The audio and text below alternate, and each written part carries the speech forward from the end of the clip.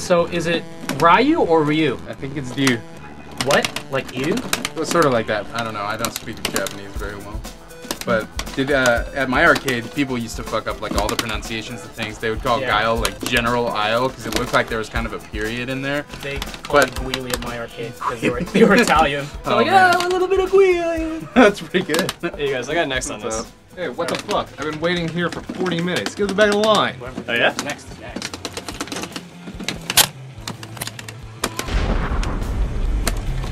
I got next.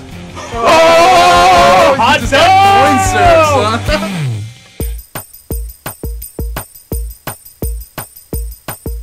仕事へ行きたくない学校なんかつまんないみんなで一緒にテレビゲーム遊びたいどこでも行っても同じだみんなで歌を歌うんだみんなで一緒にテレビゲーム遊んだらどうだら One up show を見ましょう One up show で遊ぼう One up show Wow すごい One up show やったよこれは One up show です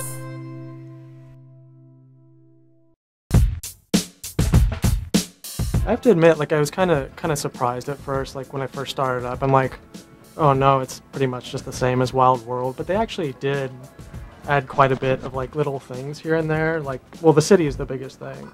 The first thing I did was go to the city at the first, available opportunity. So I went and rode a little bus. I think the Happy Room Academy, which actually has an office in the city now, you can go in there, you can talk to the representative, and he'll Which kind is of... Lyle, actually. Yeah, and... He lost his insurance job, I guess. yeah.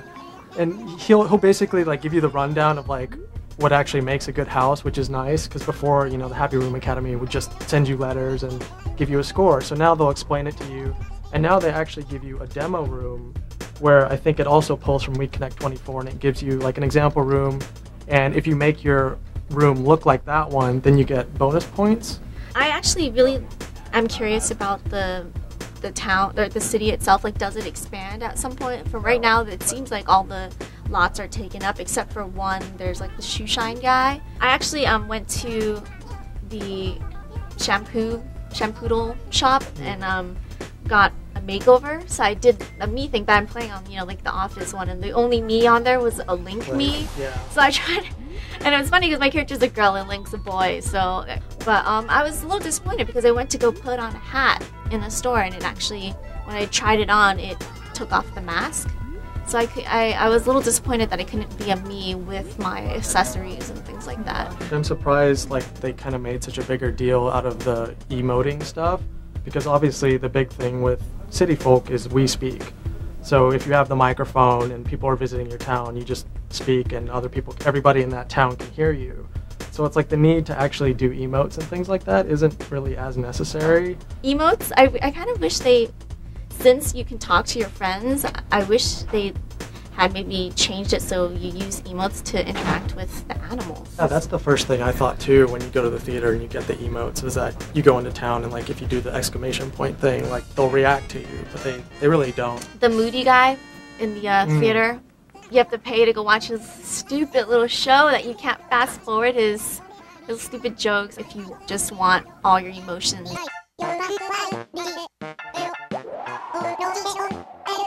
I didn't like the way that they put like the UI for letter writer. You can't use the nunchuck to go through the keyboard, which is really frustrating for me because I hate pointing at the screen for each letter press. I even changed it to cell phone input, so it was like easier for me. But I really wish they would just let you use the nunchuck for it. I like a lot of the,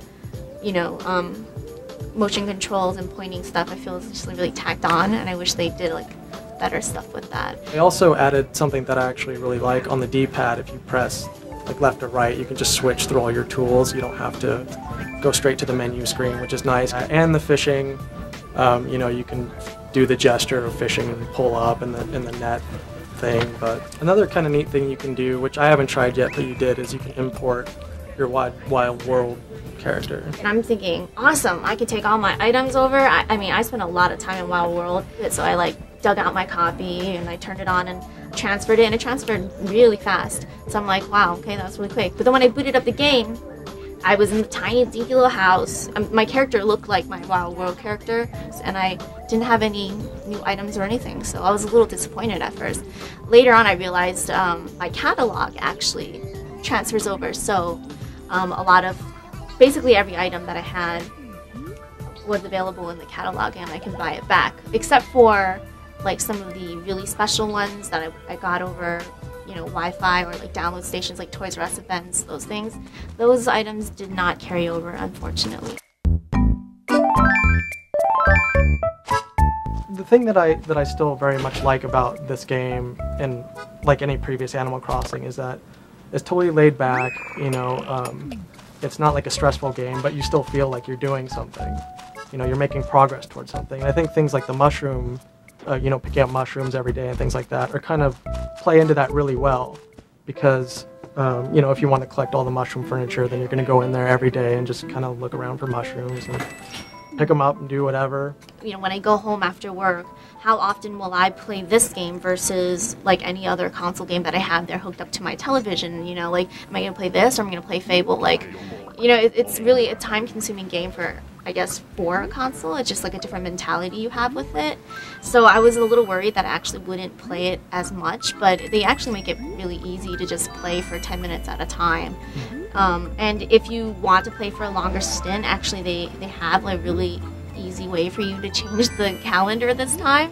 So they have it built right into the menu system, so you don't even have to trick it by changing your hardware system's date and time. You just go in and there's an option in the beginning before you load up your game to change the game's time. The thing is, I've never really cared much for my neighbors.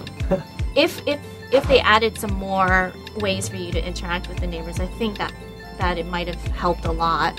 It's also the kind of game where they could just do so much more with it. Like even just the city itself. Like when they first announced it, I just assumed the city was like an online hub. And while the city is still cool, like they could have done so much more, I think. And it really does feel like a half step. I'm almost curious if they just did this as like a, you know, in between Animal Crossing game, and that maybe I'm being hopeful that there is like a bigger and better Animal Crossing out there to be had, and maybe they're working on it and they just put this out in the meantime. But like I kind of, yeah, it really feels like it's Animal Crossing 2.5, and I was kind of really hoping for Animal Crossing 3.0. If anything, this game basically reaffirms how much of a freaking jerk Tom Nook is. Yeah.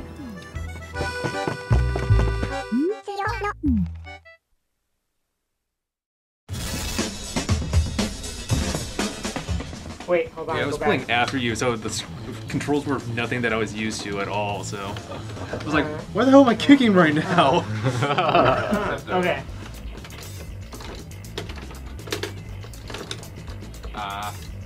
First of all, you worked on this game. Yeah. I used to work at Backbone Entertainment as an intern. That was my first job. Back then, it was still sort of in development, and Right. Capcom was thinking about actually canceling the game because there was this. Yeah, this was like 2005, right? No, it was When actually started production. beginning of 2007.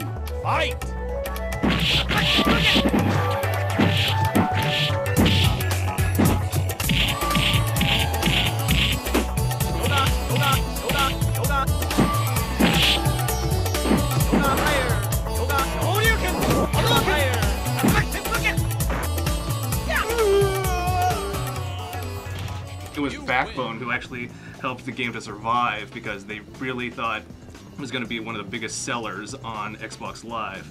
And Was so- this before or after Street Fighter 2 Turbo Hyper Fighting had like become a smash on Xbox Live? Actually, it was afterwards. So they Wow. were thinking that, you know, it's not really that much different from the game that's out there. So why should they invest so much money in this new remake? So what do you guys think of the new art style? And maybe more specifically the backgrounds, because the background characters, a lot of them look a lot different, and it's almost a little shocking. More animated. I feel like they have the same level of detail in some cases as the characters that you're playing, so it makes them difficult to distinguish. Like sometimes the detail of those characters kind of interferes with the detail of your characters.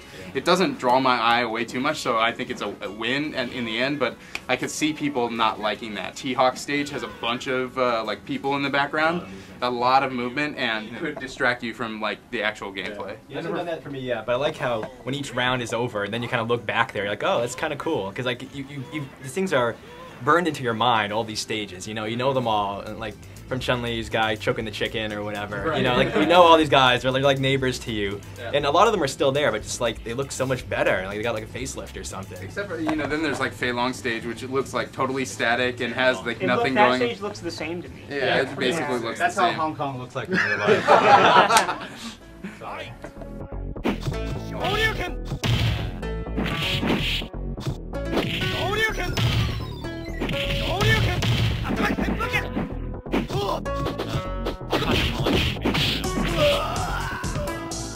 Thing that I'm really happy with about the new character sprites, like you can jump in and there's no like relearning process. Like, no, it feels like pretty much the same character. Natural. It feels like old Super Turbo. Everything, like even the weird like throat ticks and all this sort of thing, like it all feels just right so far. I mean, to be honest, like it's not like we've been playing this game for all that long. We got it a few days ago.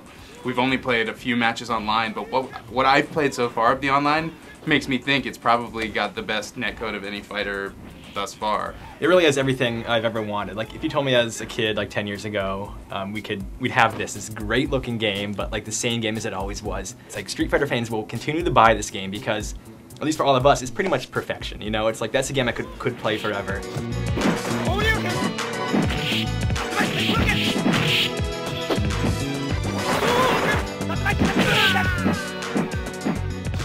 All the moves, they come right back. Even these like, 2-3 hit combos that like it's like your fingers just remember that stuff. Like there's those dip switch modes where you can change how the game plays, just like it was an arcade game, and put in the features that you like having Sagat be able to have new moves. Most people are gonna get it and look at it and they're gonna be like, "Ooh, it's the same game," but there's like some HD graphics. But like the people that this was really made for, like all the crazy frame counters and stuff, there's all kinds of changes to this game. That, the hardcore community it's going to be interesting to see how they parse all that. I think I know my characters pretty well, so the changes made to my character, sometimes I do agree with, sometimes I don't. One of the prime examples is Dhalsim. If you play Super Turbo, you know that Dhalsim is a top tier character. His long moves can control distance and zoning. As simple as that. He can push people out and basically just punish them. The changes made to Dhalsim is pretty interesting because they kind of nerfed him. He no longer can use his throw loops. That's huge for Dhalsim players. Right.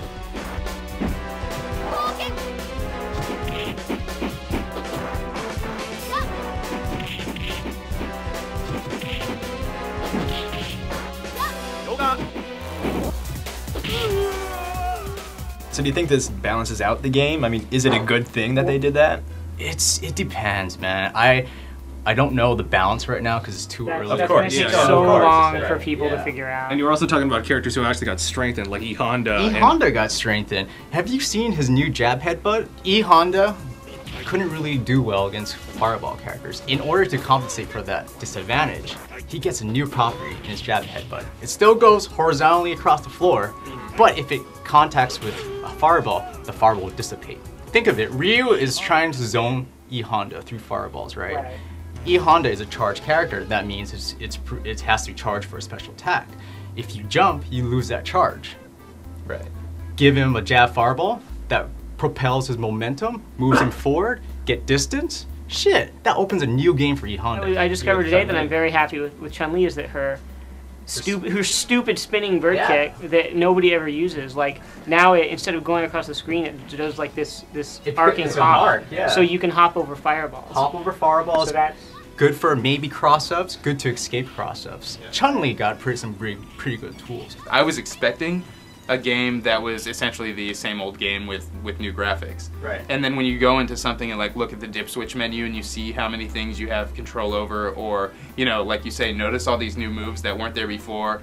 It'll be so much fun to figure out the new uses for all that stuff. Kind of more excited about this than I really am about Street Fighter 4. Me too. Just because like this is a sure thing. Like you know this is gonna be awesome. Like Street Fighter 4, I'm sure you know. I have high hopes for it. Yeah. But it's not, you know, it's got a lot to live up to.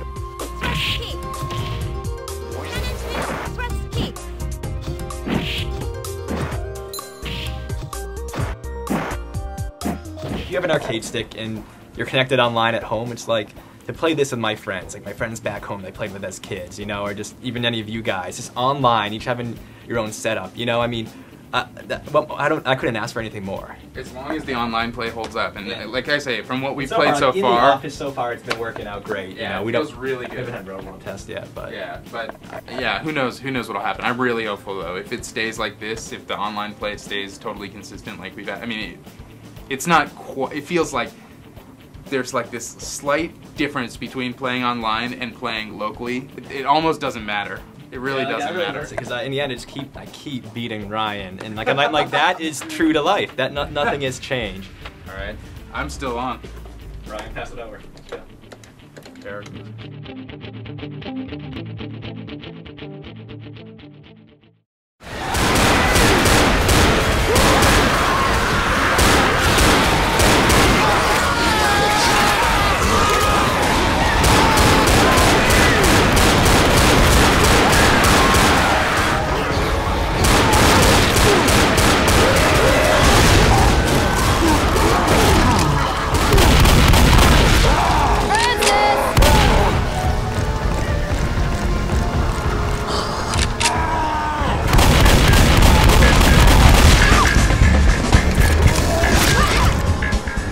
The AI director is a real person. There's a real sadistic asshole the other end of the computer. He is a real person that sits up, and in fact, it might be Gabe Newell himself. He sits back at his desk and just likes to fuck with people 24 hours a day. Just when you think you have the game figured out, and you think you have a strategy to outsmart it, it will fuck you over in a second. It goes from 0 to like 400 instant. Everyone will be dead in your party, and you'll be walking around. I remember one time specifically, I was like, I'm gonna make it, guys! And instantly, like right after I said that, a boomer spit up on me, and then I got attacked by like every zombie in the world. As soon as you think you're okay, you're no longer okay.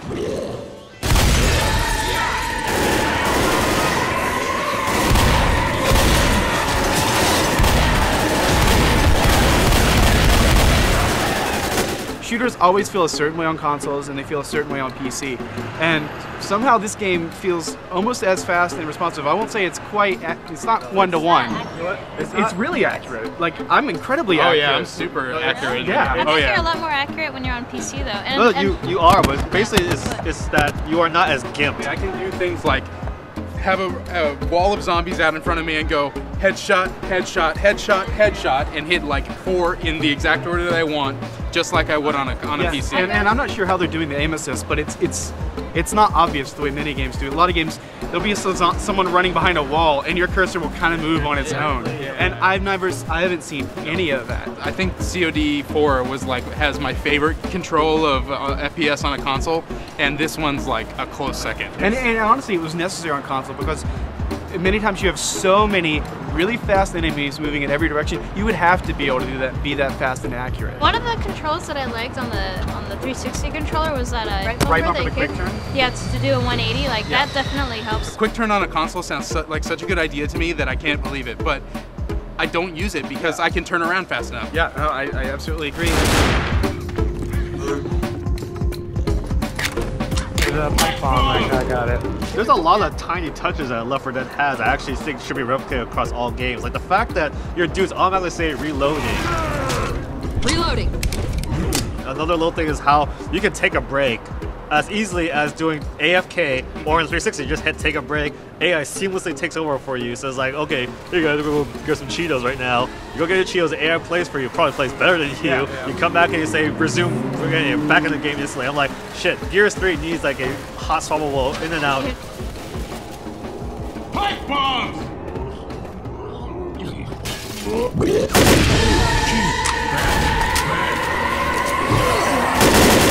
really like the effects that a boomer has on you, like when they do vomit on you, your screen turns green, and then like you can't really see very well. You get that screechy like violent like psycho/horror movie soundtrack noise. And that's one of the things that the game does really well. It doesn't use a lot of music, but when it does, it totally works at setting the atmosphere. For example, when the first time you hear a witch crying.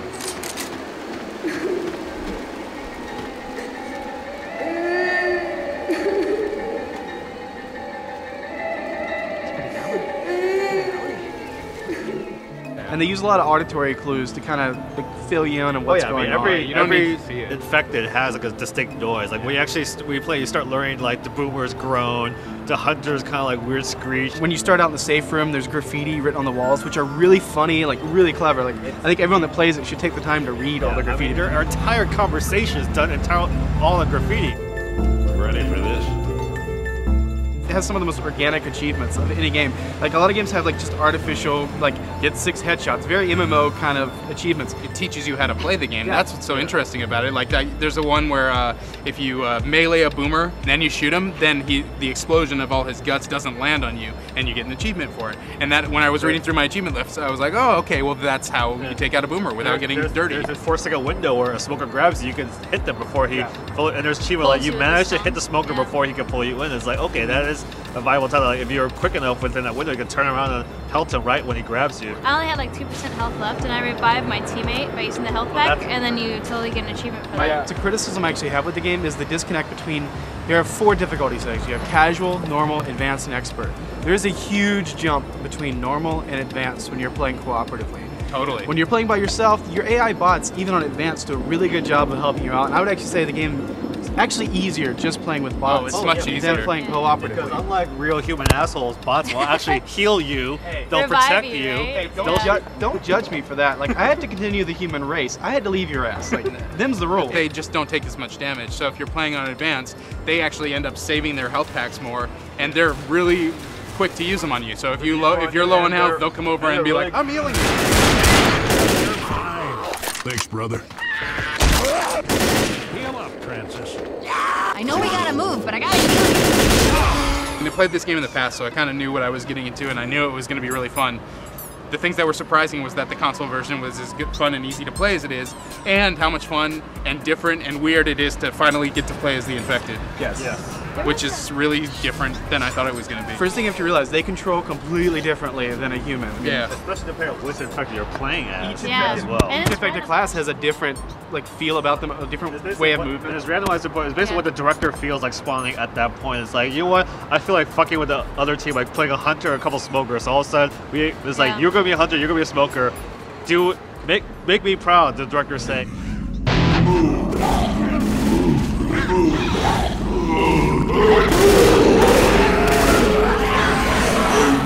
I love playing as the infected. I didn't initially. It took me a while to get used to it, but once I did, I really dug it. I do feel like there are some people that are not going to like playing as an infected. Sure. Because it is different. It's a different pace of play. I understand why too, because you don't last as long. You don't have as much health as a survivor, so that's something that you're not used to right away. You're gonna have to respawn, be ready to respawn a lot, be ready to make every shot count. Because basically, you really have one chance to take 1, maybe 2 people down. You have one vomit take, and then you gotta stand back for 35 seconds and wait for it to recharge again. Hunter pounce. If you miss your pounce once, you got a long time before you can pounce again.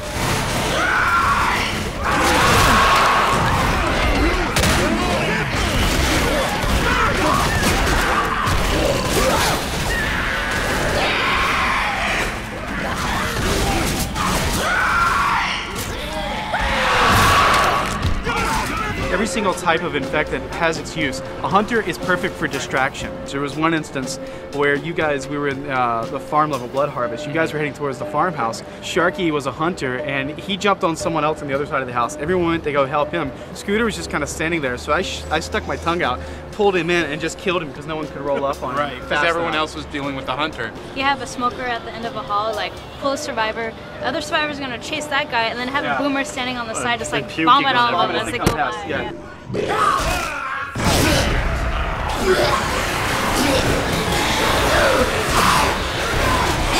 It's totally like griefer the game. Do you want to fuck with other people's experiences? Play as the infected. When you're playing as infected, you can develop like kind of strategies, and it's good to strategize with the other infected players. As survivors, one of my favorite things about this game is that you can have strategies and you can have tactics, but just because you have a good strategy doesn't really mean anything, because at any point the AI director can just like come in and trash it. Like one thing can change the entire game. Like everything could be going fine, and one wrong tongue like into a giant pile of fire or something like that will totally screw up everything you were working towards and can really bring you down. I haven't quite finished all 4 of the campaign, all 4 of the movies basically. I've gotten very close to finishing all of them, and I've finished I think 2 of them. So I've essentially seen all the art in the game, you know what I mean? If you break it down on paper, it's not that much content. No. If you would only play through it once. Especially, they all follow a pretty strict formula as well. It's always like 4 chapters of go from point A to point B. Last chapter, be at point B, survive for X number of minutes until the game ends and you get rescued. After a couple nights of playing this thing, you'll have seen everything that the game can throw at you, and it's about the variations on what it can throw at you that's interesting. Right. On PC, Valve has always been very aggressive, putting a ton of content for free out there, and they've told us, you know, expect the same from PC. They've also told us they're going to really try to bring much more content to 360 side. I hope they can, and I hope they can turn it around quickly, because it's a different process getting it certified. Obviously, it's not going to be free just because that's not how it works. I don't think we'll see anything else this year, but I wouldn't be surprised if before the second half of next year, there are a couple new movies to play through. And I think as long as they're up to the same level of quality as the stuff we've seen so far, which they will be because it's Valve, you know, it's gonna be really fun to play. Team Fortress 2 came with like what, 6 maps total, and to this day, people still play DE Dust on Counter-Strike. Of all things, like Valve knows that like, all right, you might think, oh, this isn't enough content, and they're like, I might get all of it. They tune the level just enough that you will find yourself playing it over and over.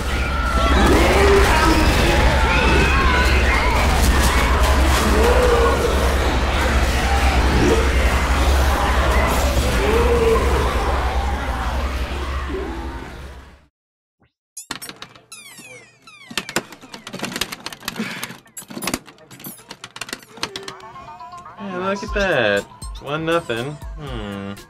Yeah, I got my money on Peter though. I think Peter's gonna come through with this one. Oh yeah? Mm-hmm. What do you say we yeah. Yeah, know? I'll bet 20 on Peter. What do you got? 20. 25. How about that? Okay, I raise your 25. We'll up it to 50. 50? All right, you're on. 50. All right. $50. 50 it is. Yeah. 50. Peter, you got it. Pete, your mom's vagina smells like lemonade. Guile is totally Jean-Claude Van Good Damme luck in with this. the match. Yo, 55 yo, point. yo. Oh my god. Quit playing this old shit. I got 4 here. 4. That's 2 better than what you got. Come with me. Come on. Well, you got screw this that. match. Bet's off. Wait. No. Bet can't be off. We shook hands. Hey, sit down. All right, I'll sit down. Man, fuck 3D. Yeah, 3D's nuts. That's what I think.